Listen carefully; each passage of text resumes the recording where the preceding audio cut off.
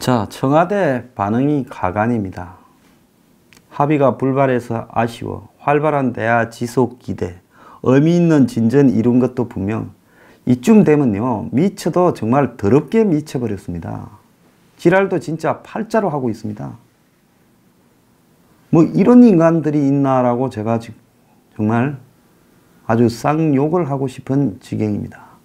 자, 이 자들은 이제 오늘 오후에 발표가 되면서 트럼프하고 김정은이가 웃으면서 악수하고 또 김정은의 모든 계략을 거대한 합의냐 이렇게 발표하고 종전선언부터 시작해서 한미 군사훈련 중단, 남북연락사무소 설치, 그리고 금강산 재개, 또 그리고 개성공단도 혹 재개, 이 정도로 쏟아져 놓으면 그야말로 이제는 내일부터 그냥 3.1절 기념식부터 이제 떠들썩하게 하면서 김정은이가 곧 3월 중순이나 말쯤에 방남을 한다 하고 김정은이 오면 남북 간에 이제 평화선언을 해버리자 이러면서 이제 북한에 공사하러 가자고 지금 공사할 사람 다 정해놨을 거예요.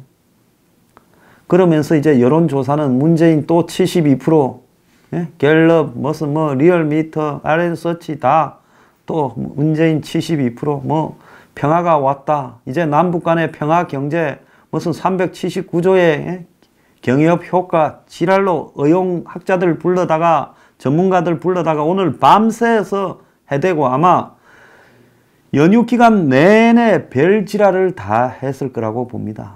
솔직히 친북 오적에 아까 문재인 등 5명을 말했지만은 그 외에 부역자 놈들도 숱합니다. TV에 나와서 지도 모르는 소리를 지저귀는 패널이라는 전문가인 양 하는 의용 사기꾼들도 나중에 다 정리를 한번 해야 된다고 봅니다. 언제부터 이 나라에 저렇게 의용 사기꾼들이 넘쳐나면서 전문가인 양 TV에 나와서 근엄하게 헛소리를 해대고 심지어 몇 천조의 이득이 있다고 거짓말을 한 놈도 있습니다. 그런 새끼들 전부 녹음 다 확인해서 화면 다 확인해서 언젠가는 한번 정리해야 된다고 보고 있습니다. 자, 그래 가지고 이제 이걸로 쫙 밀어붙이고 그 사이에 손혜원이 같은 저거 문제들은 다 허지부지 시키겠지요. 그래서 손혜원이 신재민이 소치 와서도 어제 썰그머니 한 거 아니겠습니까? 그러면서 이제 한국당에 황교안은 처음에 되자마자 이제 코너에 몰렸다. 국민들이 다시 평화 분위기로 가고 여론조사를 해서 이번에 하노이 2차 미북 회담에 대한 국민적 기대는 어떠냐. 국민의 75%가 잘한다고 한다. 북한에 대한 경협이 다시 시작되는데 어떻게 생각하냐. 국민의 80%가 아주 한국 평화 경제에 대한 기대가 높다. 찬성했다. 또 말하겠죠. 종전선언에 대해서 어떻게 생각하냐. 국민의 70%가 전쟁이 끝난 데 대해 찬성한다. 한미 군사훈련이 중단된 데 어떻게 생각하냐. 국민의 68%가 바람직한 조치다. 이 지랄을 해댔을 거라고 봅니다. 그리고 멍청한 국민들 다수는 또 가짜 만들어낸 여론, 미디어에 의해서 조작된 여론을 그것이 여론이라고 믿고 또 지도 모르는 소리를 하고 그걸 찬성해야 국민답고 뭐 있는 사람이냐 헛소리들을 하고 다녔을 겁니다. 자, 한 방에 이게 날아가 버렸어요. 청와대는 하노이 미북 회담이 결렬되면서 당혹스러운 분위기다라고 했다는데 문재인은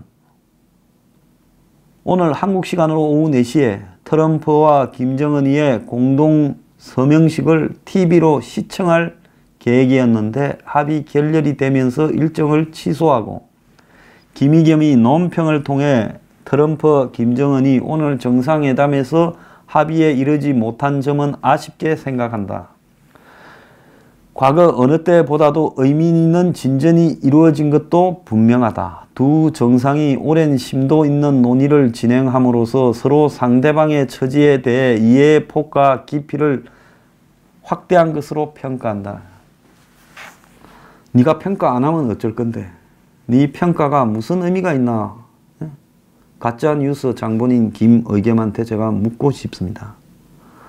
자, 트럼프가 밝힌 지속적인 대화 의지와 낙관적인 견해는 다음 회담에 대한 전망을 밝게 한다. 죽어도 큰 소리는 쳐요. 이제 너가 미천 다 떨어졌는데 뭔가 미천 엄청나게 가지고 있는 척 이 뭐라고 할까요? 포카페이스 하면서 거품 이렇게 일으키지 말기를 바랍니다. 트럼프가 북한의 비핵화 조치와 연계해 제재 해제 내지 완화를 공개적으로 밝힌 점은 북미 간 논의의 단계가 한층 높아졌음을 보여주는 대목이다. 지랄로 트럼프는 항상 북한이 비핵화에 대한 구체적인 조치를 하면 상응하는 제재 완화를 해주겠다고 이야기를 해왔어요. 그런데 이 말은 북한이 이런 걸 안 하니까 어떤 걸 또 해줄 수 없다고 제재 완화를 못하겠다고 강조한 말을 끌고 와가지고 180도로 바꿔서 의미를 갖다 붙이고 자빠졌습니다. 특히 이번 정상회담에서 이룬 논의 결과를 바탕으로 미국과 북한은 앞으로도 여러 차원에서 활발한 대화가 지속되기를 기대한다. 우리 정부는 미북이 긴밀한 소통 협력을 지속해가며 대화의 모멘텀을 유지하도록 모든 노력을 다할 거다. 이렇게 헛소리를 이렇게 하니까 밑에 댓글을 한번 읽어드리겠습니다.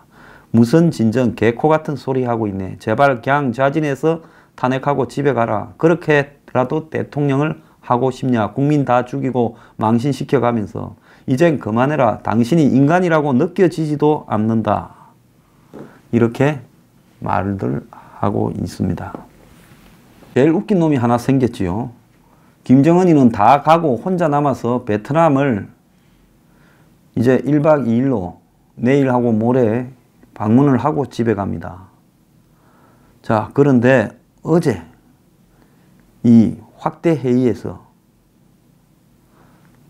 김정은이 비핵화할 의지가 있느냐는 질문에 내가 그것 할 의지가 없었다면 여기 오지도 않았을 거다. 이 자식은 저거 애비 할애비 닮아가지고 거짓말하는 데는 아주 탁월한 능력을 보이고 있습니다. 자, 이런 김정은의 거짓말을 이제 국민들은 다 봐버렸습니다. 그런데 김정은도 지금 사실은 지는 협상을 깬 것이 저의 결단이라고 또 포장을 하겠지만은 66시간이나 기차 타고 와가지고 빈손으로 돌아가게 됐는데 김정은의 앞으로 망신살도 지금 큰일 났습니다. 자, 그래서 김정은이 지금 앞으로 북한에 돌아갔을 때 북한도 이번에 노동신문이 전 지면을 이렇게 할애해서 처음부터 이 미북 회담을 중계했어요. 옛날에는 그러지 않고 좋게 결과가 나온 것만 나중에 이야기하고 했는데, 그래서 김정은의 결단과 노력으로 미국이 지금 북한과 하노이에서 이렇게 마주치게 됐다 했는데 하노이 선언도 없고 이 북한에 대한 제재도 변함없이 진행되게 돼버렸습니다. 자, 그래서 이제 북한 매체들이 어떻게 내일부터 돌변할 건가가 주목되는데요. 불발에 대해 보도하지 않거나, 근데 하루 이틀 그럴 수도 있어요. 입장이 정리될 때까지.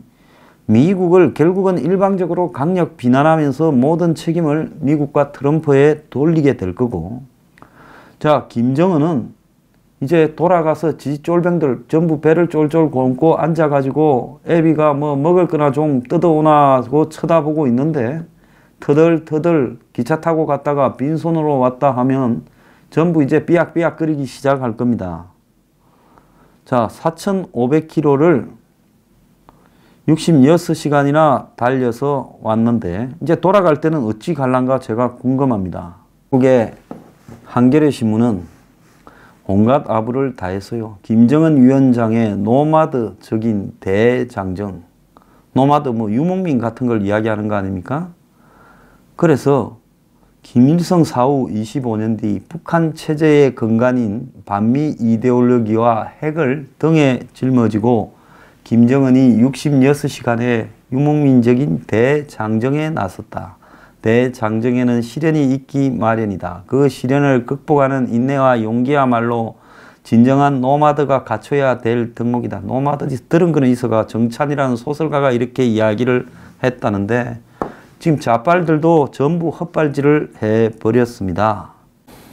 어제 회담을 앞둔 오전 9시 회담에 임하는 소감을 묻는 기자들의 질문에 트럼프는 속도는 중요하지 않다, 서두르지 않겠다, 옳은 길로 가는 것이 중요하다고 했고, 이에 김정은은 나에게 시간이 중요한데라고 말을 했습니다. 자, 김정은에게 시간이 남아 있는가? 트럼프는 또 만나자. 뭐 때로는 빈손으로 갈 때도 있고 또 보면 되지 않겠나 하고 헤어졌지만은 그것은 미국식, 서양식 외교적 점잖은 수사라는 것을 알아야 됩니다. 트럼프는 점잖지 않지만은 점잖은 말을 가끔은 쓰려고 할 때는 있지요. 자, 이제 과연 미국의 수뇌부가 다시 만날 기회가 있을 것이냐? 저는 어려울 거라고 보고 있습니다.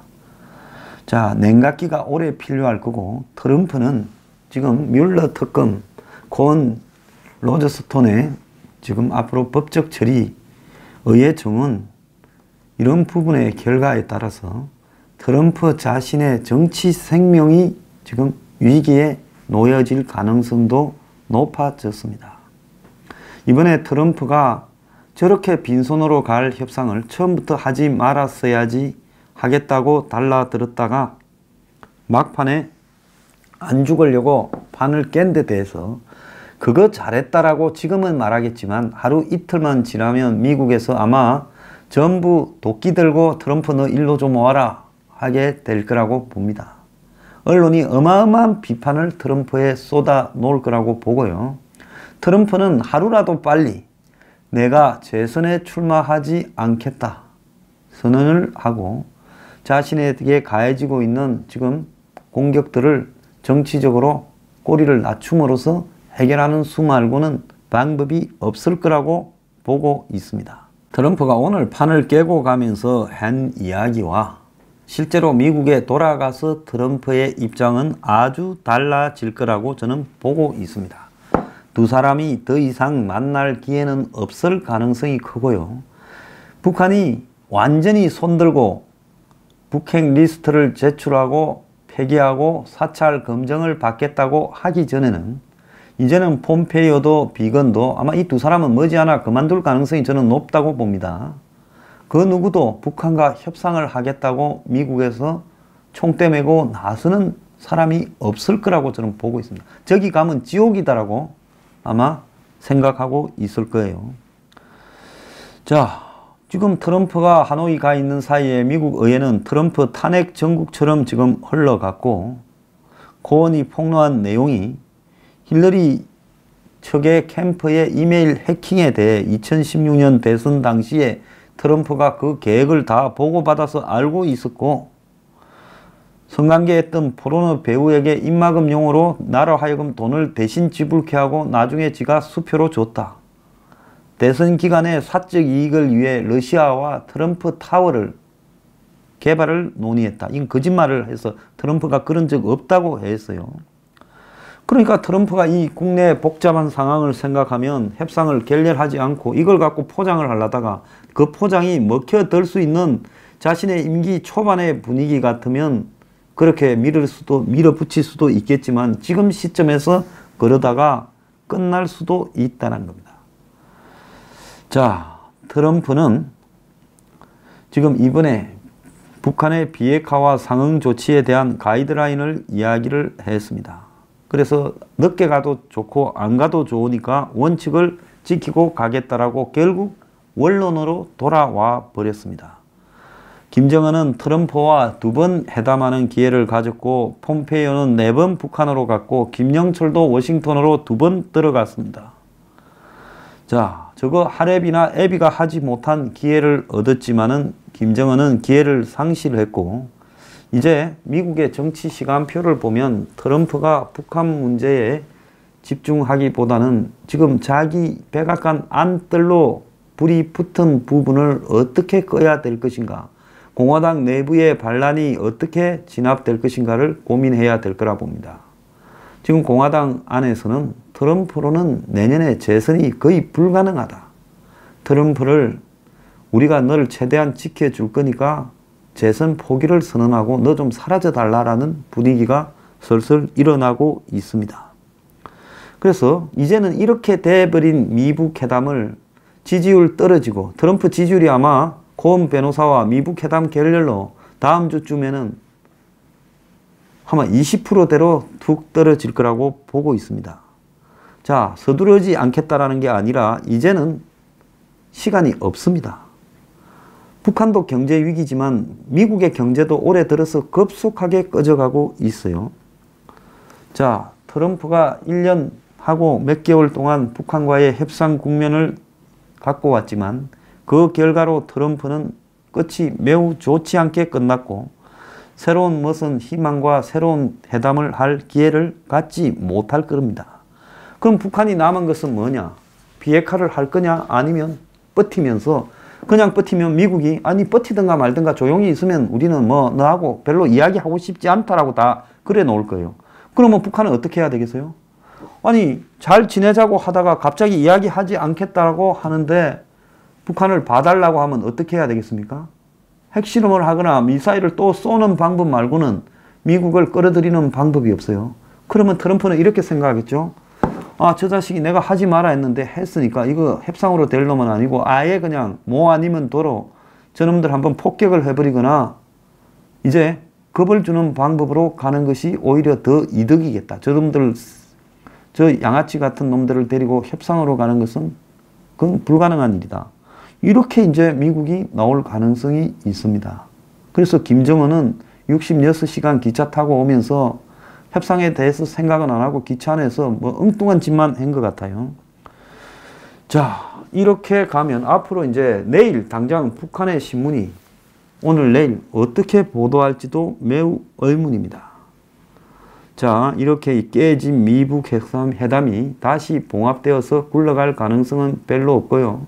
일단 트럼프부터 박살이 나고 북한은 미국을 비난을 시작할 거고 공포 분위기를 조성해 나가고 트럼프는 그러면서 입장을 바꿔서 북한을 공격하고 내가 언제 그러냐는 듯이 상종할 놈이 못 된다고 하게 되면서 미북과는 급속히 냉각기로 접어들고 또 이제는 충돌의 위기가 가속화될 수 있는 쪽으로 갈 수 있다. 북한은 내년의 초가 미국의 대통령이 가장 재선을 위해서 약한 시점이라고 생각을 하고 거기에 중점적으로 타이밍을 맞추어서 그때까지 극단적인 또 공갈 협박을 지속해 갈 가능성이 있다 이렇게 봅니다. 그래서 북한은 이제 단계적, 상응적 그리고 이런 협상을 통해서 조정하는 부분은 물 건너 간 것이고 북한이 항복하거나 북한이 도발하거나 그 두 가지로 갈 건데 항복은 하지 않을 거라고 봅니다. 결국은 도발하고 그 도발이 어떤 의외의 경우로 이렇게 더 확산되어 가느냐 이제 그것만 남은 거 아닌가 하는 것이 제 생각입니다. 아마 며칠 뒤부터 이 양쪽이 서로를 비판하는 모양새가 매우 흥미로울 것 같습니다. 자, 그러면 이제 좀 있다가 서로가 욕하기 시작하면 문재인은 어떻게 할 거냐? 자, 그래도 두 사람이 지금은 서로 쌍욕은 안 하고 헤어졌으니까 뭐 잘 된 것처럼 분칠을 하고 있겠지만 이제 내일 모레부터 쌍욕이 서로 시작되고 서로가 도발적으로 가게 되면 문재인은 여기에 대해서 무슨 말을 더 할 게 있겠느냐. 저는 말을 하면 그건 사람이 아니라고 생각합니다. 근데 사람이 아니니까 또 말을 하고 북한에다가 몰래 구멍을 파서 미국에 이걸 제안해보자 어쩌자 할 건데요. 북한 또한 문재인에 대해서 굉장한 원망을 할 거라고 봅니다. 네가 만들어준 그런 방법, 영변을 가지고 장사하는 방법, 그래서 금강산부터 열고 개성공단도 슬그머니 열어버리고 적당히 합의해서 종전선언이라고 뭐 평화선언을 우기고 이렇게 하면 다 잘 될 것처럼 이야기했는데 네 말대로 지금까지 된 게 어디 있냐고 북한 또한 문재인에 대해서 책임을 전가할 겁니다. 자, 김정은의 방남은 물 건너가고 이제는 문재인이 그 모든 책임을 떠안고 북한과 미국 양쪽에서 한 대씩 얻어맞지 않겠나 하는 게 제 생각입니다.